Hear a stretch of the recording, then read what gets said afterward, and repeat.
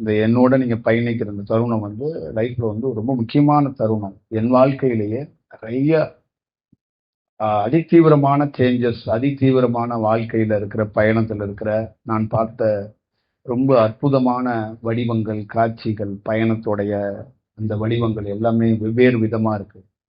அதனால இது ஒரு மறக்க முடியாத ஒரு தருணத்தை உங்களுக்கு ஏற்படுத்தும் அப்படின்னு நான் கருதுறேன். பேர் இல்லாதவன், பல பேர்கள் பல வடிவத்துல இருந்துச்சு. இன்னையிலிருந்து அருணாச்சலம் அப்படிங்கிற அந்த பேரை வந்து கூப்பிடுங்க அப்படின்னு மக்கள்கிட்ட சொல்லியிருக்கிறேன், மாணவர்கிட்ட சொல்லியிருக்கேன். ஐயன்லாம் சொல்லாம நீங்க சொல்லுங்க. அதுக்கு காரணம், அருணாச்சலங்கிற பேர்ல கடவுள் பக்திகளை தயவு செய்து செலுத்திடாது. அருணாச்சலங்கிறது ஞாபக சக்தின்னு பேர்.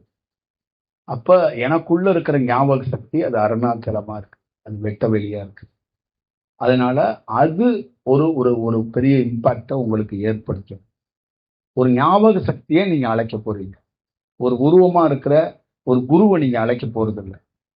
இன்ன வரைக்கும் வாழ்க்கையில முதல் முறையா ஞாபக சக்திக்கு ஒரு பேர் வச்சு நீங்க அழைச்சிருக்கீங்களா அப்படின்னா, ஃபர்ஸ்ட் டைம் லைஃப்ல ஒரு ஞாபக சக்தியை நீங்க கூப்பிட போறீங்க. அதுதான் விஷயம். அந்த மாதிரி ஒரு சூழலை, அந்த மாதிரி ஒரு வடிவத்தை நீங்க பார்க்கணும் அப்படிங்கிறது தான் நாங்களோட விஷயம். இது எப்படி மாறும் அப்படின்னா, இது உங்களுக்கு கிடைக்கும், உங்களுக்கு கிடைச்சிடும் அப்படிங்கிறதுக்காக நான் சொல்லல. இது ஒரு கோல்டன் பீரியடா என்னுடைய முழு கடமையை நான் செஞ்சிடுறேன், என்னுடைய முழு வேலையும் செஞ்சிடுறேன். ஆனா அது மாறுறதோ இல்ல ஒரு சுழற்சியோட இருந்து நீயும் ஒரு சுழற்சியா வருவியா வரமாட்டியாங்கிறதெல்லாம் எனக்கு தெரியாது.